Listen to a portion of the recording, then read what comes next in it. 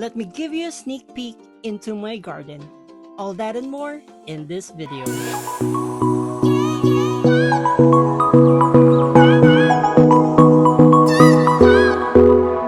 This is your Urban Gardening Savvy and I am back for another video. I have been working and planting in my garden, building it from scratch for the past 3 months. I'm not yet done and there's a lot of things to do. But today, let me take you to my first ever garden tour. So without further ado, welcome to my vegetable garden.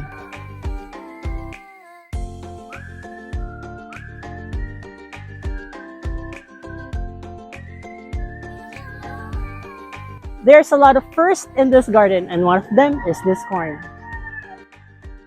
This is my first time to plant corn, kaya this is more like an experiment for me. But if there's one tip, I remember in planting this corn, that is, they have to be planted closer together and in big groups because of pollination purposes. Because those fruits has to be pollinated with those crowns to get a good corn. Another first in this garden are these grafted calamansi. I used to have my calamansi in big containers for about 5 years. The oldest one I got was over 10 years. I learned and encountered a lot of issues in those 10 years. So I'm going to share how to fix your calamansi in another video. So if you have your own calamansi tree and struggling with a lot of issues, that's something to watch out for. I have okra, sitaw, and talong in this side. It's time to harvest their fruits, kaya tara, samahan niyo ko.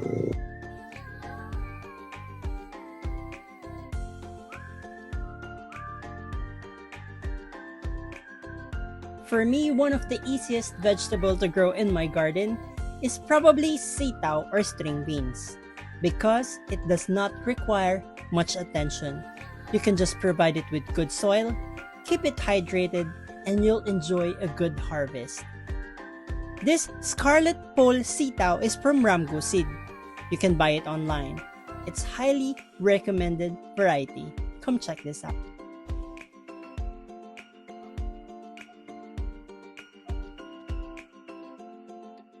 One of the vegetable I constantly have in my garden is talong or eggplant. For me, it's another easy plant. However, it attracts a lot of insects. So, if you want to protect your harvest, you need to keep an eye on them every day. I have my okra planted at the side of the road and I'm about to replace them soon. So, at least I have 4 for lunch. This part of my garden is actually for my ampalaya, pipino, and anything na gumagapang. I'm currently working on it, so there's not much to show. Let's proceed inside. This greenhouse is actually intended for hydroponics, but I also have other vegetable here, so mag-harvest muna tayo. Let's go!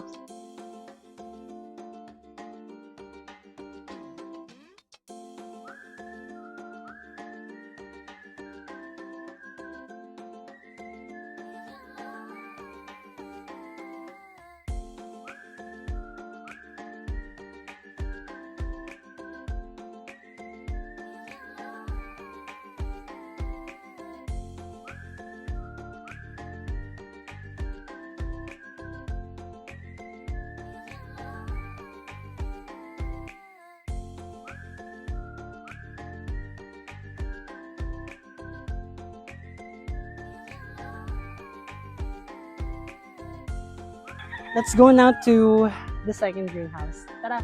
My second greenhouse is exclusively for heirloom tomatoes. Personally, I like cherry tomatoes as they are easier to manage than the bigger ones. If you're interested in heirloom tomatoes, go and check out Since Haven and Garden on YouTube and on Facebook. She's selling wide range of quality heirloom tomato seeds. I'll make a separate videos about tomatoes very soon. That's it for this video. This channel is about 70,000 subscribers strong, so please don't forget to subscribe, like, and share my videos. Maraming salamat po. Ako po si Gerald, your urban gardening savvy. Thank you so much for watching.